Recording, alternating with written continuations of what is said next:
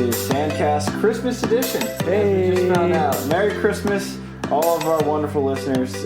We appreciate you guys, and we have an awesome guest coming in for Christmas. We have Joe Houde, not Houde, not Houde, a chiropractor here with USA Volleyball. Yeah. Well, I don't know, chiropractor. Can you kind of give us a rundown of sports physician, and then some. Correct. Yeah. A little bit of everything. So, yeah, I mean, I'm a chiropractor. That's my delineation. That's what I'm become my master's in or graduate degree in. Further education of that, so it's called your CCSP, which is Certified Chiropractic Sports Practitioner, which is a 6-month program. Okay. Practical, I mean, just a written test, and then you have your diplomate, which is the highest of any delineation of chiropractic in the United States of America. Jeez. With that, it's another 1.5 years of class. You take a 6-station practical, and you take a written test also. Okay. So with that, there's only about 410 individuals, chiropractors in the United States of America who have the diplomate. Oh, that's why it doesn't hurt when you adjust my neck. And then with Some people. the CCSP is about 6,000, so there's a huge lineage in between each one of those. Okay. Yeah. Jeez. That's a lot of schooling. It is. But it definitely, being with NNGB, so with beach volleyball, and also I work with men's field hockey, so I'm their medical provider. Mm-hmm. I felt it was important for me to, if I'm representing the United States of America, that I should have that highest delineation to represent myself also. Right. Mm-hmm. What does that delineation get you? So, like, for example, to be a head coach at a college, you need a master's. Mm-hmm. Does getting that, it's called a diplomate? So the biggest thing with the diplomate, it does up your let's call your clout. Okay. Mm-hmm. Working with an NGB. Okay. And then also, if you want to get a job at the USOC, that's what they look for chiropractic. Okay. They want you to have your diplomate. Okay. Yeah. There's other ways around it. They're saying that possibly that if you have a private practice, insurance might go ahead and reimburse you more beneficial than not having it. Okay. And then people seek out certain things. Like people might seek out someone with who has ART certified or Grafton certified. People might also search out someone who's diplomate. Okay. Yeah. Awesome. And I feel like to get through that much schooling and to go through all those steps, that's what I feel like that's one of those fields where you need to know, you're super passionate about it, you know what you want to do. When did you kind of figure out that this is a path that you wanted to go down? Chiropractic or the diplomate? Either one. Chiropractic kind of when I was finishing my undergraduate, so I went to Boston College, got my biology degree there. Took a little time off, did some personal training, went back, got my master's in exercise science. From there, I still didn't know what I really wanted to do. And my cousins are chiropractors back east in Massachusetts. Okay. I was in a pretty bad car accident. They actually rehabilitated me back to be able to function, everyday lifestyle, those kind of things. And it doesn't why I was to chiropractic. Okay. And then I started going down that path. Okay. Looked at different schools, and then found where I went, LACC, which is in Whittier. Mm-hmm. Came out here in 2006, started school, and then kind of went on my way with that. Met a couple huge influences in my life who were pretty much mentors to me, who all work at the USOC. Okay. They told me to, continue my education because they thought it would help benefit me. Okay. So I went that route. Got my CCSP first in 2014, and then waited a little while, and then kind of, I don't know, I'm not a very good test taker. Okay. So it's always... You're in good company here. It's always kind of one of those things. That's why I'm an athlete. That's why I'm a writer. Right? More of a practical hands-on guy. Okay. Just thought about it more and more, and they told me you should go ahead and move on and get your diplomate. So that's what I did. Okay. Always wanted to do it, but just kind of getting the nerves up to do it. Yeah. And here I am now. Awesome. Yeah. I feel like it's kind of crazy, but I've heard that story before where people realized that they wanted to go down the PT path or whatever it is because they were injured. Yeah, my sister wanted to be a physical therapist because she had 4 ACLs. And she just got so comfortable being in the PT's office, and she knew everyone, and she knew how to do everything, or all the exercises, and so she went down that path for a little while. It's kind of funny. ACLs? Yeah. Whoa, I didn't know that. Wow, brutal. Tough. Yeah. How long of a span was that? All soccer. Okay. Not long. Like sophomore year of high school to junior year of college. Wow. Like 4 within that span. She just kept playing. Like, I'll come back. Came back. 2 on each knee. At least it's even. But she's got like 50-year-old knees now. Wow. You're kidding. Yeah. Soccer's brutal on women. Yeah. On guys too, I'm sure. But like, isn't it like something like 85% of women soccer players have torn their ACL? Yeah. That's Something it's ridiculous. a high number. It's a very high number. Yeah. Because ACLs are they're like all non-contact. Mostly injuries, right? So I feel like It's soccer a planned rotation. there's always like cutting, or that sometimes like you have like just little holes in the field where you think you're gonna land, then you don't, and you get that hyperextension. You think that's a big advantage for beach volleyball players since we're in the sand? You don't see much injuries like that. Is it because, like, straight up because the sand gives out once enough pressure builds, instead of that energy kind of going into your knee? It just the sand will give out before then or something. Definitely, I think that's so. the logic in my head. And then also, like, if you're playing indoor or you have a cleat on or something like that, that's grabbing that ground or contact and causing you to make that harder cut, right? Where beach volleyball, you do have that kind of push away.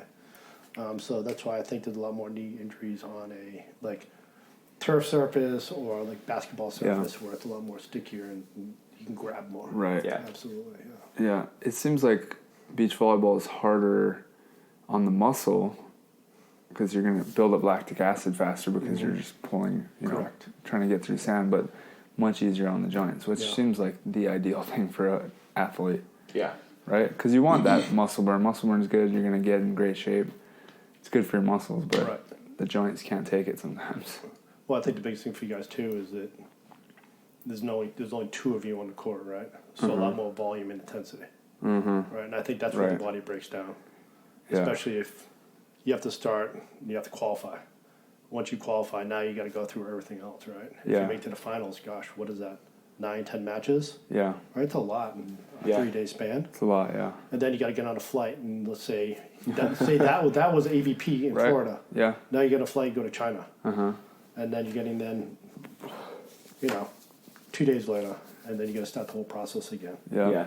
And if you're going back to back, I mean, because you guys are sometimes on the road for almost like 6 to 8 weeks straight, right? Yep. I mean, you guys are tall, can't get upgrades.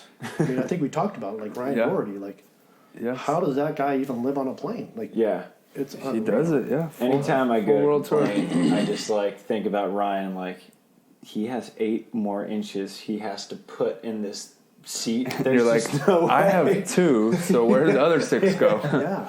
They go up or something. Like, I don't know. I can't imagine just to do something like that because you don't really have time to recover. Mm-hmm. Like when we just in Mexico, you were on the flight as soon as you finished. Yeah, literally sprinted from the podium. Yeah. Well, imagine if you had a tournament like that following week. Yeah. You have no real time to recover and get going. You're sitting on a flight for 6 to 8 hours. The body's shutting down. Mm-hmm. You can't get comfortable, and now it's like restarting that process all over again. Yeah. What's your recommendation for like when that happens? Because that happens frequently for the guys going for the Olympics. Because I think after Taylor and Jake won Chicago, I think they were on a flight maybe that night to Rome. Yeah. And so they played Friday, Saturday, Sunday, won, straight to the airport, flew all the way to Rome, which is not close. Right. And then they had to get ready to play again. Yeah. So what would your recommendation be for like how to stay healthy, and not just healthy, but how do you stay like in good playing shape? I think off-season conditioning, right? Yeah. And also maybe even putting yourself into certain situations so your body's prepared for it. Like I was listening to a podcast where Michael Phelps, I think it was his last Olympics. Like his coach was like, we need to prepare you for every situation you got to be in. Oh, yeah. And so what they did was they filled his goggles with water. Yeah. Right? I heard that. To try swimming. But what happened in the finals? It filled up. It filled up. Right. Right? And if you still won. So setting yourself up for success no matter what. Right. And I think that's the same thing for you guys. Like, if you have an opportunity in between layovers, get out and just stretch. Open up the body. Do your normal, like, preparing for a match or something like that, or practice. Stretch, warm up the body. Nothing to where it's jacking your heart rate or increasing a lot of inflammation in the body, but opening up the joints and just trying to relax. Yeah. Right? Laying on your back, doing whatever you can, instead of being in that closed off, just compact Punch, nutrition, yeah. right? I think things like that, as soon as you get back to the hotel, get with the provider right away and just kind of get some flush going on, open up the body. Not even like real hard work. If there's any kind of like pool or jacuzzi, kind of get some like active movement in that. Yeah. Non-impact, but you still open up the body, moving things through motion. I think those are great things. Could even be like a sauna or steam room or something like that. Those are the best. I've heard that those are great. I was talking to Carrie Walsh, and she had just gone from China to maybe Ostrava. Or some, was that? Yeah. Okay. I was with her. And she said, I was talking to her on the phone, and she's like, sorry, like, I gotta go. I gotta sweat out China. And so she's like, saunas are like one of the best ways for her to adjust. So I don't know, like, what, physiologically, why is that something that helps your body? But you got to think about flying too. If you're gonna fly and jump in a sauna after, you're gonna be dehydrated as hell. Yeah, so you better have been on it on top of the plane. Like you probably traveled for a day if you come from China. You want to be high because. And before that, you want to be hydrated the day before. But you just played, and then you're getting on a plane. So when you want to just pound beers, you have to be pounding. Like a 1-to-1 ratio, right? Right. Sorry, guys. When my beer's half empty, bring me a water, and then bring me the beer again. When my water's half empty. Something like that. Yeah. I think it's also like these guys know their body. So well. And they're going to know what's best for them. And that's why you want to trial things outside of competition time. Mm-hmm. So in that off-season, new nutrition, new supplements, new training programs, all those things you want to try outside and see if it works for you. Yeah. If you want to change or if you're looking for something to buy that extra edge of performance. So it's tough to say for one person doing one thing, there is no answer for that. Yeah, for sure. I feel like is that kind of a fun challenge for you as a physio? Because like everyone's different. Like you just said, kind of finding out like, where Try would need adjustment versus like where I would, like how to fix me up as compared to him. Absolutely. And I think it just comes it comes down to just resources or working as a team. So like before I travel, I talked to Mike Martinez and Kevin Pierce, find out what's going on with all the athletes. Mm-hmm. Yeah, that was nice. Like when I showed up and he's like, I know. Comments of what's going on, right? We have a list. But the biggest thing again is I'm going to ask him, what's going on? Talk to me about what you need and what you feel you need, right? I already know what's on the back burner of what I've been told. Yeah. I want to see if it correlates, and then I'm going to give my input inside that. Something might happen on the flight. Right. But I'm never going to go ahead and be like, Mike's been doing like instrument assisted. He's been doing like soft tissue movements and adjusting you. I'm not going to be like, well, guess what we're going to do? We're going to go run a mile, and then from there, I'm not going to do anything else with you today. I'm going to stay with the program what it is. I'm not going to vary off it too much, even though Mike gives us that leeway. I'm not going to do anything like that. I'm going to do what he feels is best for him by communicating feedback. For our guests, Mike's the head trainer at USA Volleyball, who we're with all the time when we're here at home. And just find out, and then try to paint that picture as one. Yeah. Right. And I think that's with any individual from beach volleyball to another sport I work with or just my regular population.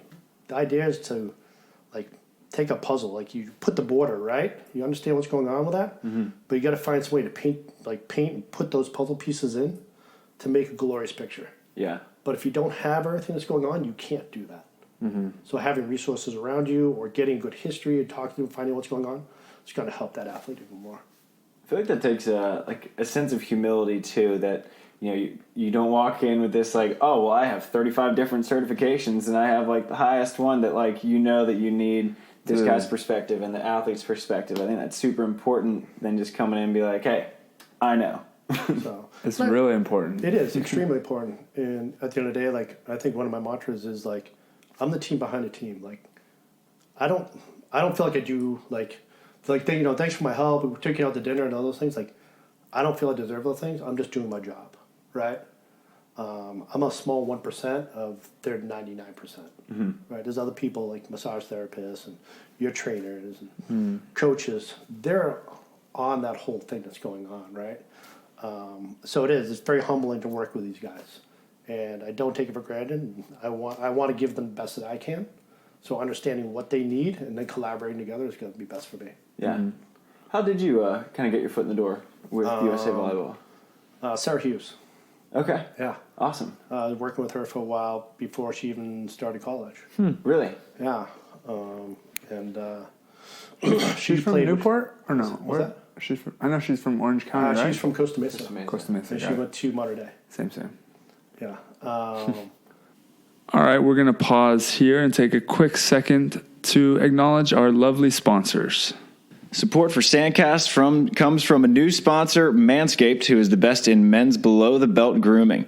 Manscaped offers precision-engineered tools for your family jewels, which in beach volleyball, this is a well-groomed sport. You want to be looking good out there, which is why our code for 20% off is look good, play good. And you also want Manscaped because everyone knows or probably knows a guy who has had a troubling Manscaped story. I had a buddy in my fraternity who used scissors down there, and it just doesn't work all that well all the time, and that's why you have Manscaped here to help you out. It's redesigned the electric trimmer. Their Lawnmower 2.0 has proprietary skin-safe technology, so this trimmer won't nick or snag your nuts. You don't need that in your life. Trust me.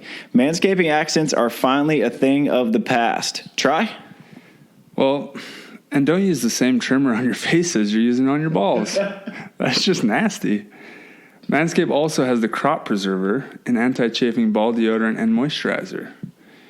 You're already using deodorant on your armpits. Why are you not using deodorant on the smelliest part of your body? Go ahead and get 20% off plus free shipping with the code LookGoodPlayGood at manscaped.com. Always use the right tools for the job, ladies and gentlemen. Your balls will thank you.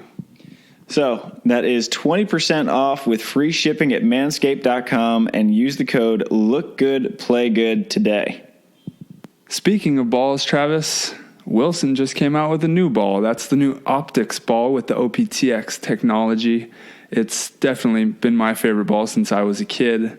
I used to play with Wilson back at the Outrigger Canoe Club, as everyone's heard many times over the podcast. And honestly, the Wilson's the best ball in the world. If you talk to any of the athletes, the Americans, they all want to be playing with the Wilson. There's a reason that those are the balls you're seeing out on the beaches, whether it's California or Florida or somewhere in between. The Wilson ball is the go-to, and now there's a completely different look that is built to make you perform better, to see the ball better, but it's the same feel. So go to wilson.com, get yourself a new ball, because if you don't have a new ball, then you're just that guy on the beach or girl. And use promo code WilsonSand to get your discount today.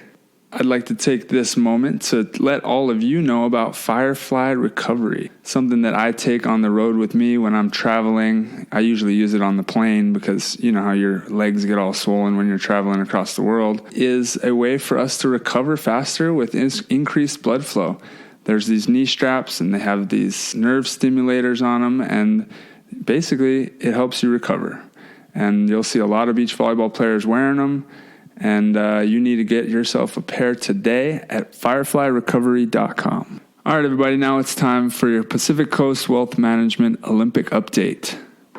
It's been quite a grind in this 2019 season, and the season is finally over, so we are officially in the off-season. The top American team is Taylor Crabb and Jake Gibb, and they're in the 8th spot in the world.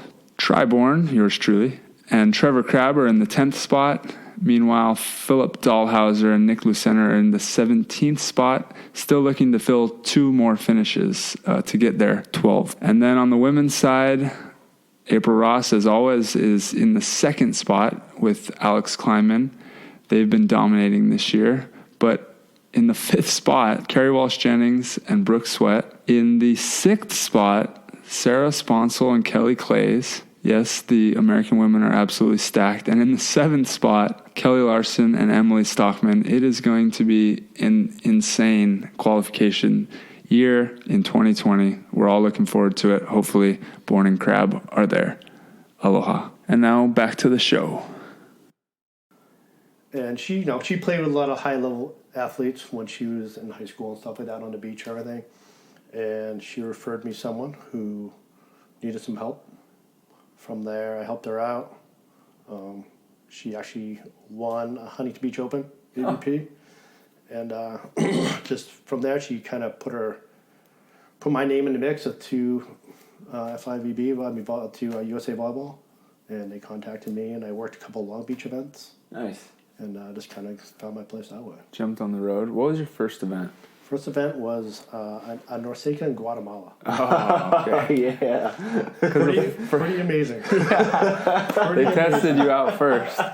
You're like, why did I do this? Yeah. Entry level position. It was eye opening. Like, got off the plane and just like, I've never been to a third world country before, Oh, yeah. and I'm driving around like, all right, this is I'm going to die. like, all right, checking it out. And hotel was nice, and players were great. It was just like there was just two men's teams and two women's teams. Yeah. And literally one day we're going to the venue. I don't know if I can talk about this, but there's a dead body on the side of the road covered in a blanket. No. Oh yeah. Oh yeah.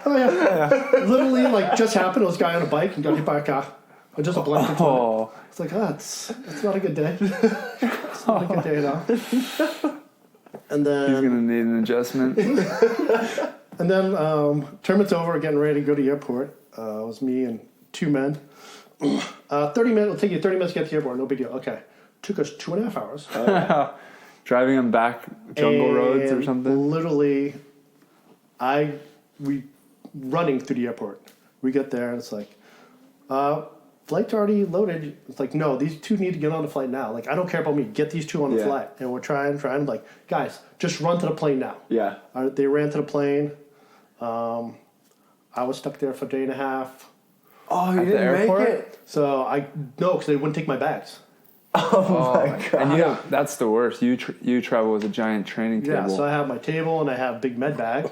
Oh man. So like, well, we'll take your bag. It's like, take my bag and ship it to me. Like, no, we'll just take your bag. You can get on a plane. I'm like, well, I'm not doing No, that. we'll take your bags. We'll gladly take your bags. Yeah, exactly. Ship my bags and I stay here. How about that? Right. So I ended up being there for a day. Got a flight. Flew to Florida to Dallas. Dallas came home like 2 days later. Yeah. Guatemala to Florida? Yeah. That is just not a so that direct route. That was my first trip ever with USAV. Welcome. Thank you. Yeah. Second trip? Fastest initiation. Second trip was China, which was great. Okay. And then, I've been to... I think my first one with you was Porridge. Wait, was it Porridge? Was it Porridge or was it Doha? I don't know. Yeah, I think it was Porridge. Doha, now we're talking. Yeah. Doha, China a couple Porridge times. was nice, That was huh? gorgeous. That was a gorgeous. really nice one. Croatia on the coast. That's where Delaney's sister is right now. Oh, yeah? Yeah. Oh, good for her. So, well, it's freezing at the moment, but Oh, yeah. A little different. Oh, that's right. but yeah, I remember everyone was super bummed that Porridge was taken off the schedule. Yeah. That was for sure a top 3 stop. Like, you're just jumping in the nice, whatever ocean that is right there after every match. Yeah. It's pretty sick. It was nice. Nice Well, hotels, I've good learned food. that they don't call it the ocean because it's the Adriatic Sea. Oh, the So sea. they call it the sea. Okay. All right. So there's your Way different. Christmas lesson, everyone. There we go. But Croatia, significantly nicer than Guatemala. Yeah. You moved on up. You're the first person who's ever said great after saying China. So Yeah, that's true. when you go from Yeah, Guatemala- right. But again, just paying your dues and just... Yeah. I just love to travel like I've always wanted to my whole life. So taking advantage of it, and I don't care, like I said, I was talking earlier, like, it doesn't matter where I go. It's about enjoying being with these guys, Yeah. helping them out and getting them to where they want to be. That's what it comes down And to. it's not, I know we talk about sometimes it's like, oh, that place is really nice, but like you guys are working arguably harder than us. Like it's brutal for them because sometimes if it's a big tournament, we fill the draw, so we usually have like 4 teams on each side, which means 16 athletes, and everyone's just like, I need my hour. Right. And there's not enough hours in the day for There them really to. isn't. They have to be at the matches, and like you guys are going from 7 a.m. to 10 p.m. Yeah, sometimes. depending if matches run till 8 or 9 at night. Yeah, it's not a So- vacation. so Like it's at least for one of us, those like, oh, we're done for the day. We'll go chill by the pool, or like we'll get our stretch or whatever in, our hour of treatment, eat, have dinner, relax. Like, and they're just grinding the whole time. Like I think some of the biggest issues for us is like trying to fit in a meal at dinner time. Yeah. Because like the last thing I want to do is push an athlete back a half hour because I want to eat. Right. But right. I mean, but then again, they're like, they want to help us out. Let us bring us food. Or we'll take that 30 minutes, like, not a big deal. So they're very, very accommodative with those things. Yeah. Sometimes, like, when we were in Guatemala, there wasn't any treatment areas for us to treat the athletes there. Oh, yeah. Which made it difficult. Because usually we'll do that. Right. If there's a 30-minute window between matches, we can, like myself and other provider, we can hit 2 people there, send them back. Right. And now we've opened up a window. Right. But we didn't have that opportunity there. We do a little quick stretch. Where'd you go in Mexico? We did a quick stretch on the sand post-match. Yeah. But then we went back to the hotel. It was only like a 10-minute walk. Yeah. Oh, okay. Yeah, it wasn't that far of a walk. Yeah. Which was good. Yeah. But still, 10 minutes each way, that's 20 minutes. That's just burning time. And you're on your feet. Right, yeah. So it's sometimes you have those variables going on. Yeah.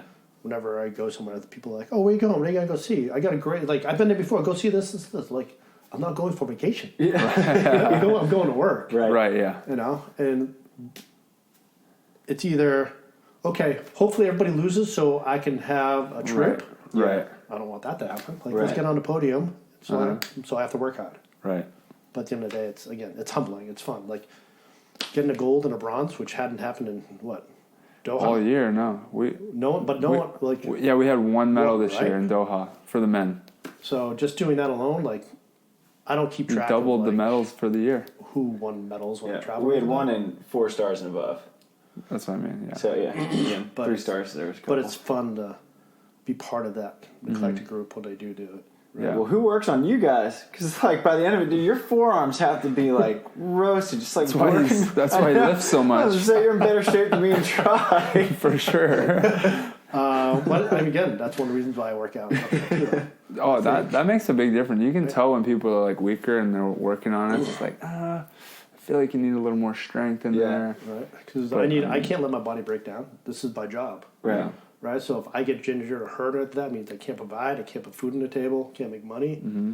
So that's a big thing right there. Yeah. So there's people usually around in my area who will just barter back and forth or something like that. Yeah. And then on tour, it's tough. I don't want inconvenience like the other provider after that because they're working just as hard as I am. Right. So for them to be like, hey, take 30 minutes to work on me, it's like, right. I can't do that, right? I'd rather have one of the players working me than the provider. Right. Because they just did like 5 days straight. Right. So yeah, I think it's just trying to balance out everything you can do. Knowing when to use your hands compared to when to use like instruments, just doing a flush compared to like working harder on somebody. Right. Different techniques and stuff like that too. Yeah.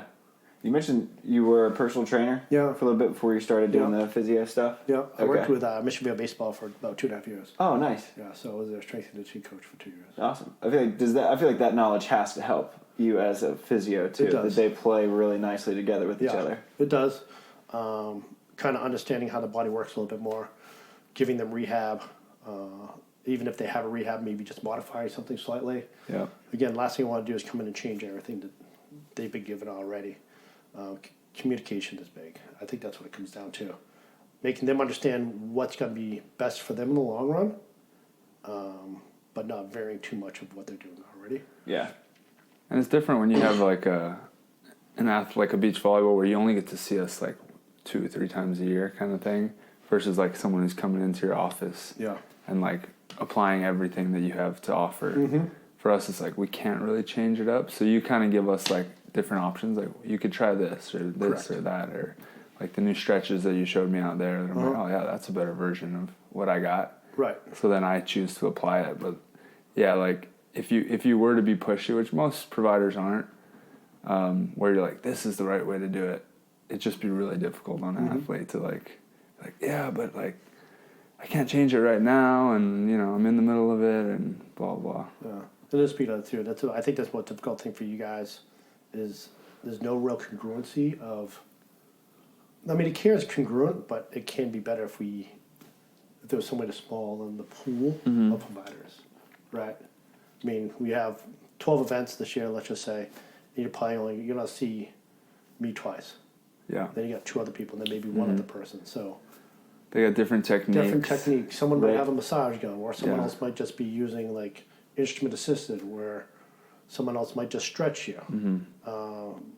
Might have an acupuncturist that you only get to go see on 3 events, and well, I want acupuncture, but no we didn't have an acupuncturist when we went to Guatemala. So it's one of those things, right? That's why it's helpful when you have like all these different certifications and like it used to be personal training and chiro and massage and I don't know. You guys get like I can't even keep track of all your guys' certifications, but it's pretty wild. But it's nice when someone can kind of do it all. You know, like they do really good flush and massage and all that, and then you're like, I need to be adjusted. Oh, you're a chiro too? Oh, sick. Yeah.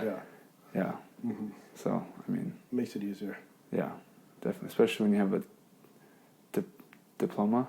What is it? Yeah, I think we all have diplomas. I hope so. Barely. At least your GED. Barely, yeah. GED, yeah. Diplomate. Yes. Got it. That's the first time I've heard of that. You've heard of that? Me too. No, this is the first time. All right, I don't feel bad then. Yeah. If you've never heard of a word, then I shouldn't. The word guy. With, off season is what, all the athletes are in right now. Do you have any recommendations for like the best way to prepare for an athlete who's going to be overseas for 4, 5, 6, 7 weeks at a time? Just like either maybe a type of lifting, a type of stretching, or just like, is there kind of a formulaic way to go about it? It's a great question. If I worked with Tri as a medical provider one-on-one, like he came to my office 2 days a week. Yeah. I would set up a plan also with his strength and conditioning coach, with his nutritionist. Mm-hmm. Like I'd give ideas. Right. But I'm not his strength and conditioning coach. I can, but I wouldn't. So it would be a network kind of cohesively working together as one, trying to figure out everything that's good for him. Let's say he's having like hip problems. Okay. I'll let the trainer know he's having right hip problems. Okay. So maybe we should continue loading him with squatting, but don't have him go past 90 degrees. Okay. Okay. X, Y, and Z, those things. So he can design a program for that, but I'm not going to go ahead and tell him how to train him. The same thing, like if he has a hitting coach, right? Or if I have a baseball player come to my office. Yeah. And he's having shoulder pain, he's right-handed, he's a pitcher. At the end of the day, I'm not going to be like, okay, I'm going to show you how to pitch now. I'm not a pitching coach, right? Yeah. I can help him pitch, right? I know the mechanics, but it's not my job. Right. So again, get the pitching coach, get him on the phone, or collectively get involved, or go see him at his facility, see what the kid's doing, give him some ideas of what I'm doing, seeing what he's doing, and then cohesively build a program that way. But it's tough to say. I'm never going to go ahead and go all in because it's not my... You say it's not my job. Right. Right? It's cohesively working as a unit. One. Right. So it's a kind of collaborative effort. It's not like working a silo, right? Yeah. It's all under one. What if you were the strength and conditioning coach too? Which would be like ideal for an athlete to like have your strength coach and your have like the all-in-one therapist / ATC, whatever. Everyone like all in the same person or in the same gym. Like that would be ideal. That would be ideal. Absolutely. But like what?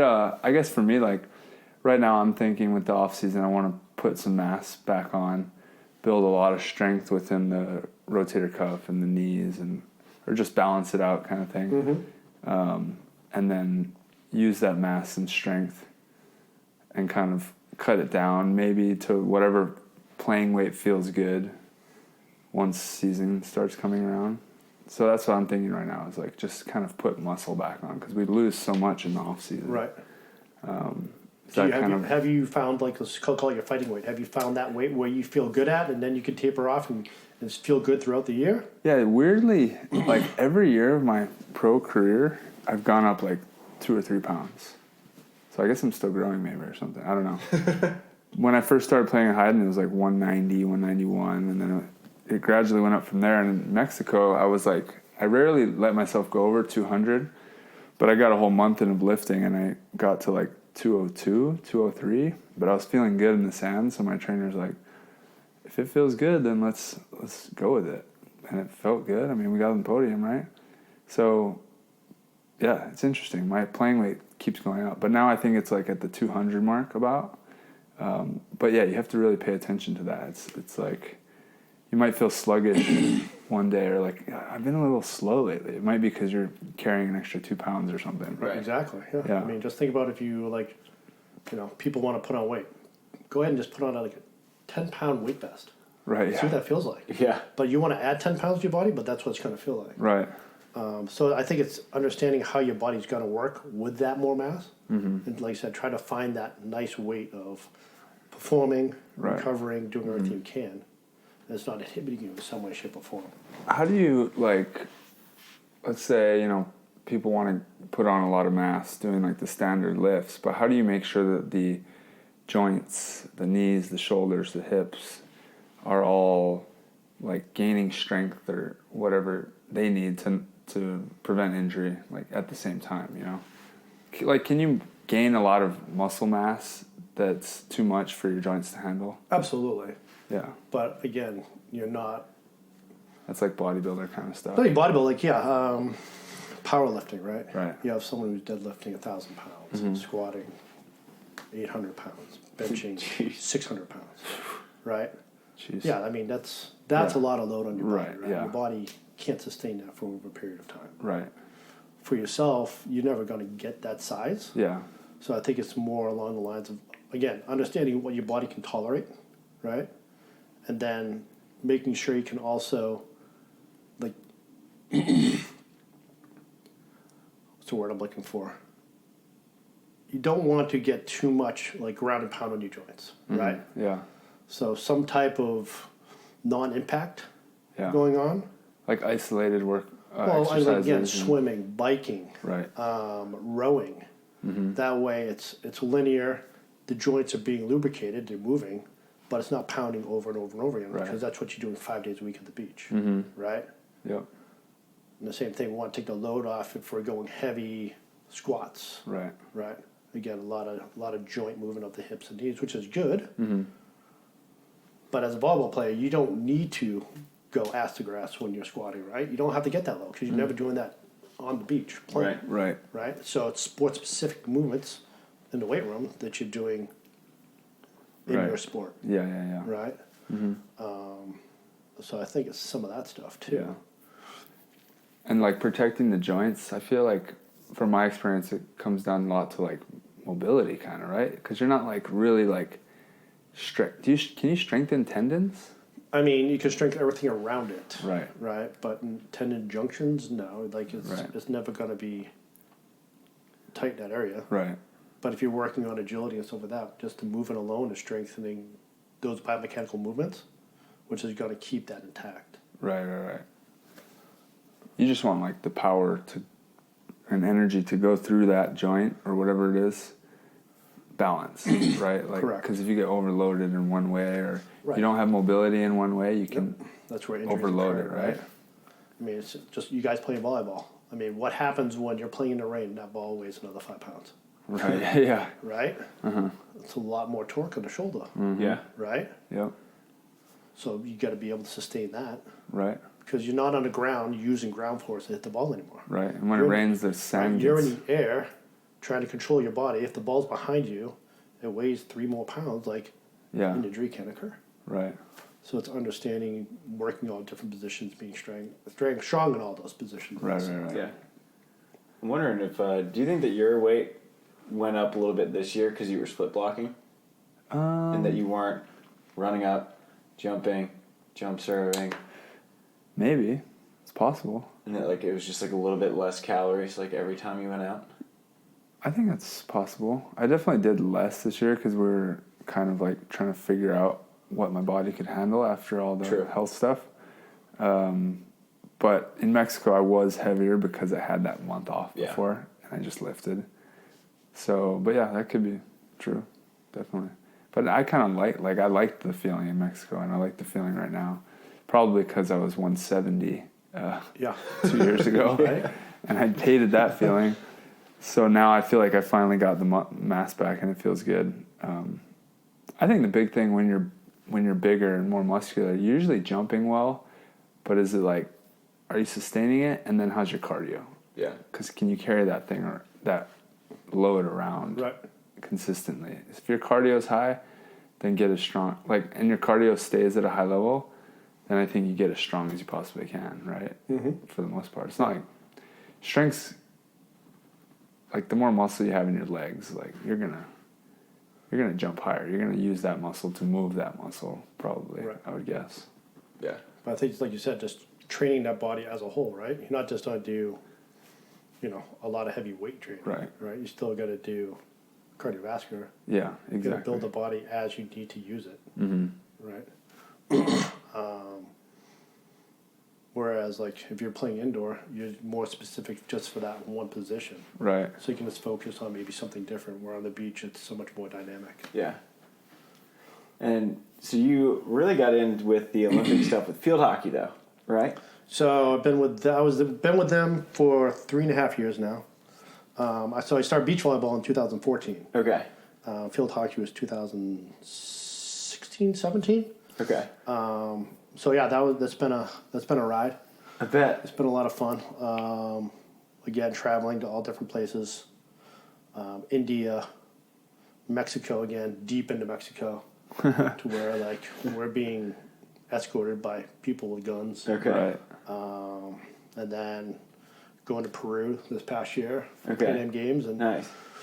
first time we've medaled in 24 years with Nice. field hockey. So got a bronze. Do you get a medal with that too? No. They don't give you So some? not even the alternates get a medal. Really? Yeah, it's only the people on the roster. Okay. Yeah, But the alternates come? alternates come. So the Is way that it like the works- bench? Yeah, how does that work? Yeah, so you have a set team. You have 2 alternates. If someone gets injured, you take the alternate and you put them into play now. But they're just an alternate, so they're not on the roster until they need them. So most likely they're just along for the ride. Yeah, unless an injury occurs. Whoa, that's weird. Yeah. So no subs. Well, they have the subs.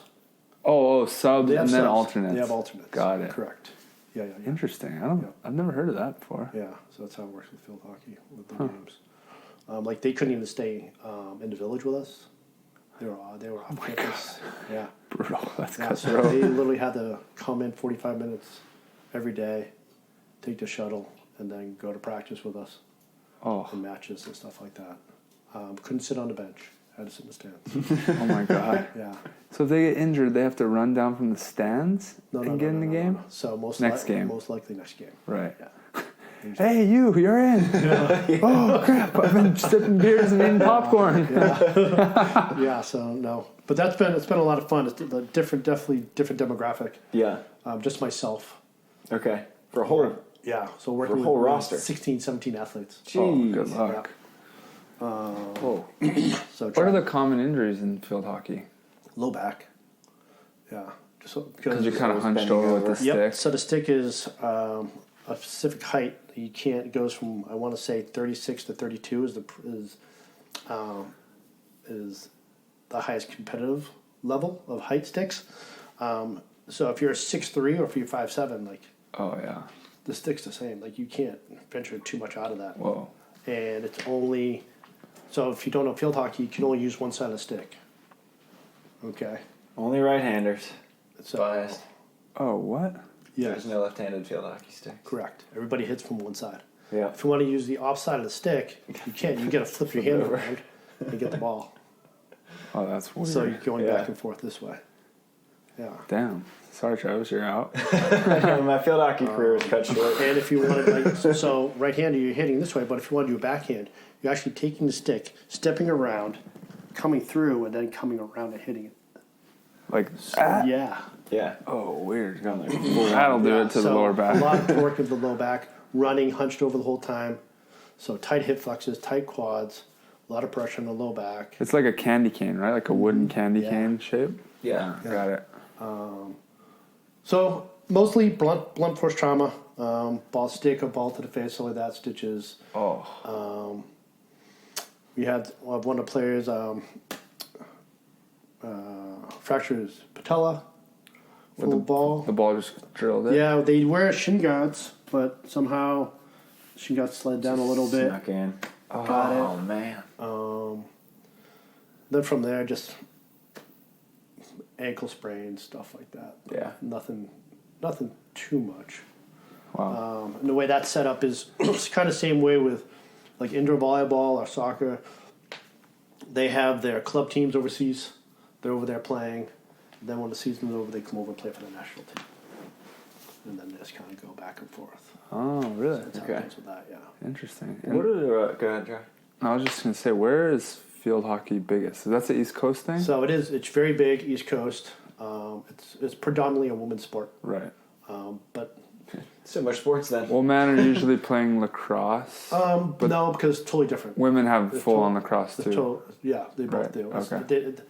It's a crossover more of like soccer Got it. and ice hockey? Yeah. rather than lacrosse. Right. People misassociate those a lot, I think. Yeah. It's kind of different though. But yeah, definitely still overseas though. It's a big men's sport. Yeah. Like Holland, Argentina, Germany, all big teams. Canada, Wow. they're all really, really good. Out here in the States, there's a men's club team back east, and then out here in California, there's a club team up in Simi Valley, Okay. and that's where usually when the men's practice up there in Moore Park. Huh. So they practice up there. Okay. And then actually, from what I understand, in California, there's only 2 high school delineated high schools or like regions that have women's field hockey. Really? Huntington Beach, their region has it, and then Simi Valley women's, and they play each other. Huh. There's clubs all over the place, but high schools, I So think that's those crazy are, those are because the it only was 2. like high school field hockey is huge in Maryland. Yeah, it's Oh, giant. really? It's Yeah. back east. That's its sport. Yeah. Wow. Like that's where a lot of women go, high school, college. Field stuff hockey and like that. lacrosse are like the 2 big on the East Coast. Correct. Nobody So- knows what field hockey is in Hawaii. So the women, Guarantee you that. So the women, they practice out of Pennsylvania. That's where their hub is. Okay. Okay, Yeah. got it. Got it. And then off season, like I want to say January, February, they come down to Chula Vista and they practice on there for like 2 months. Okay. Mhm. Yeah. And then you mentioned the most common injuries with field hockey, but what are the most common that you see that you work on with beach players? I think it's a wide range. I guess like a shoulder, hips, some knees. I think that's the biggest. Shoulder, probably low back, and, Yeah. and knees, Yeah. hips. I mean, fingers, yeah. If you break your hand or sprain your ankle or something like that, those are more. I feel like there's less sprained ankles on the beach too, right? Yeah. A lot, just because the sand's gonna give. Same thing. Yeah. Thank God, because that Yeah. sucked indoors. If a ball comes under you or like land wrong, you're like done. Yeah. The beach is like, oh, sprained my ankle, but I'm good. Yeah. But I think a lot of these guys, when they come in, they've already sustained something by playing volleyball for such a long period of time. Yeah. Right.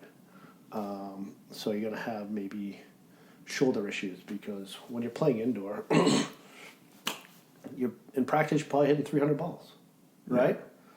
Warm up, from there peppering, from there serving. Yeah. Now we're gonna hit for the next 2 hours, Right. right? Yeah. Can't be. And just think of like younger kids playing volleyball right now in indoor, like they're hitting 200 balls 3 days a week. It's a lot of volume on the shoulder. It can't be Yeah. like, can't be like in baseball. Hey, coach, I threw 60. I can't throw till Friday now. Yeah, like, Yeah. it's not going to happen, right? There's Right. no pitch count in Yeah. volleyball. No. Right? I almost feel like it'd be worse for your shoulder. Like it should be worse because you're swinging at nothing. Yeah. At least like baseball is light, so like, but there's a weight. I feel like that's better for you, right? Yeah, because the thing too is like younger, if they can control their body, you're making contact. So it's like a vibratory sense going through the hand into the shoulder. If you're not in a good position, hit the ball. That's why Whiff it. I think a lot of like younger girls, they have a lighter ball. Yeah, I've seen a lighter Right? ball. They have a lighter ball and they go into the regular size ball. Mm-hmm. So I think a lot of shoulder injuries, hips, just from playing volleyball and being in that hunched over position, Yeah. right, ready position, especially like back row, like a DS or a libero or something like that. Probably have some hip issues, maybe like FAI, like femoral issues or labrums or something like that. They can build up over time and tolerance too. Yeah. But I think it's just shoulder, low back, hips, and knees. If you're say try is swing at 300 balls a day, which would be insane, and we'd have to have a discussion with Jose. Yeah. But say he's like swinging it like as a physio, like how do you keep that shoulder healthy? Like, what would be your recommendation? Because, like, you know, we do have some indoor listeners, but, like, even beach listeners, like, every beach person you'll see, like, K-tape, like, halfway through the season. Like, you can't even see their skin anymore. Right. Maintenance, just taking care of the shoulder as much as you can. Talking to the coaches, volume and intensity, too. I mean, coaches should know, right? They should definitely know. Like, if you're coming off, you know, an 8-game tournament. Right. Like, hopefully Monday you're not going out there and start smashing balls again. Right, yeah. You know, hopefully it's going to be later on in the week. Same thing in football, right? It's like going through films on Monday, Tuesday, no pads, and then kind of working into game day kind of scenario. It's probably the same thing with the coaches and trainers and stuff like that, too. Same thing with the trainers, getting in and just checking range of motion, knowing where it was before and after. Yeah, that's what I was gonna say. It's like almost like we have to go in to you guys and like figure out where the shoulder settled. Like I just hit 300 balls yesterday, and then I got cold, but the shoulder didn't like settle back into the pocket because like whatever, you know, we're overusing our neck. Or for me, it's always like I'm getting pulled up and forward. Yeah.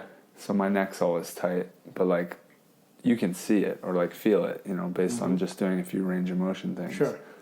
And then it's like, it's not as much about like treating what's hurting. It's almost like, it's like preventing it by giving us that range back, so that part can like stop hitting and start to heal, right? Correct. Something like that. So it's not always like, oh, we're just gonna like go directly on that spot that hurts, or it's rarely that like that. And, yeah. you know, athlete patient education too. It's like, have you done your rehab that we need you to do? Yeah. Like working on postural, like, you know, relaxing, getting into certain positions, stuff like that too. So we can only do so much as a provider or a trainer or a doctor, any of those things. Yeah. If we have them doing the best they can too, now we're meeting halfway. Yeah. But if they're like, yeah, I haven't done that in a week, you know, I haven't done it. Hey, fix me. Right, take care I'll of lay it. here. Yeah, that's your job. Right. Well, your job is to be an athlete, right? Yeah. So if you're not helping yourself, how can we help you get to Yeah. Right. to I like that. Yeah. Yeah. Well, what's keeping you busy at the moment? I have my own practice. Okay. So down Lake Forest. Paradigm. Yep. Chiro. Chiro Sport. Yep. Paradigm Chiro Sport. It's inside a CrossFit gym. Okay. It's pretty good. So I get some clientele out of that. Where exactly is it located? Lake Forest. Lake Forest. That's right. Yep. Then I have private clients coming in, and then I also teach at Chiropractic University 2 days a week. Okay. Yeah, so I teach sports medicine. Awesome. Yeah. So you're staying busy? I do stay busy. Yeah, it's fun. I love what I do. I bet you see all kinds of stuff with CrossFitters. It's interesting you say that because I feel I see just as much with Really? regular athletes or weekend warriors and stuff like that too. Do you do CrossFit? I wouldn't say I do Your CrossFit. own version of it? I do the workouts, right?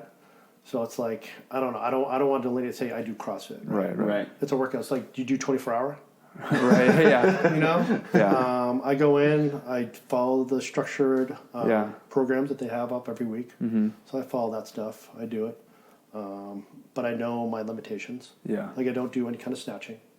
There's no reason for me to do it. Right. I'm not an Olympic weightlifter. Right. Yeah. Right? I don't need to do any kind of like ring muscle ups.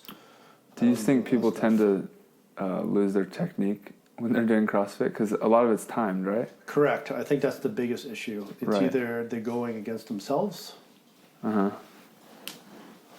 buddy beside them, or the clock, right? Ego gets in the way a lot.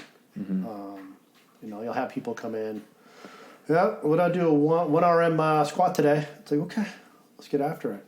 So they do, let's say they squat 250. And now the RX for the workout is to do 3 rounds of 10 at 240. Yeah. That's the RX weight. And then you can scale down to like 225, 195. Well, this guy who just squatted 250 is going to do the RX weight for 10. What are you doing, buddy? Like, why? Scale down. Well, Jimmy's doing it. I got to beat Jimmy. Yeah. It's like, no. Like, that's how injuries occur. Right? I think them against themselves. Yeah. And as you said, try just going against the clock, right? If fatigue sets in, and if you're not really thinking about form and just kind of being meticulous of how you're moving and just trying to beat the clock, yeah, injuries will happen Yeah. there too. Yeah. Yeah. No physios for the ego. So, Here comes the dog. so I think those happen a lot. I think also sometimes people don't do their homework. Mm-hmm. Let's say you have someone 30 pounds overweight and they're coming into the CrossFit gym. Like, did they do their homework? Like, why are they going to CrossFit? Yeah. Are you a desk jockey and you do work 40 hours a week Yeah. and now you just want to come in and get in shape? Okay, but there might be a better option to start Right. Yeah. before you begin CrossFit. Right, Have you right. done any kind of Olympic lifting? Right. Yeah. Right? I mean, I'm sure you don't want to do box jumps weighing 30 pounds more than you used to. Right. Yeah. Right? So it's doing your homework to make sure it's the right fit for you to begin with. Right.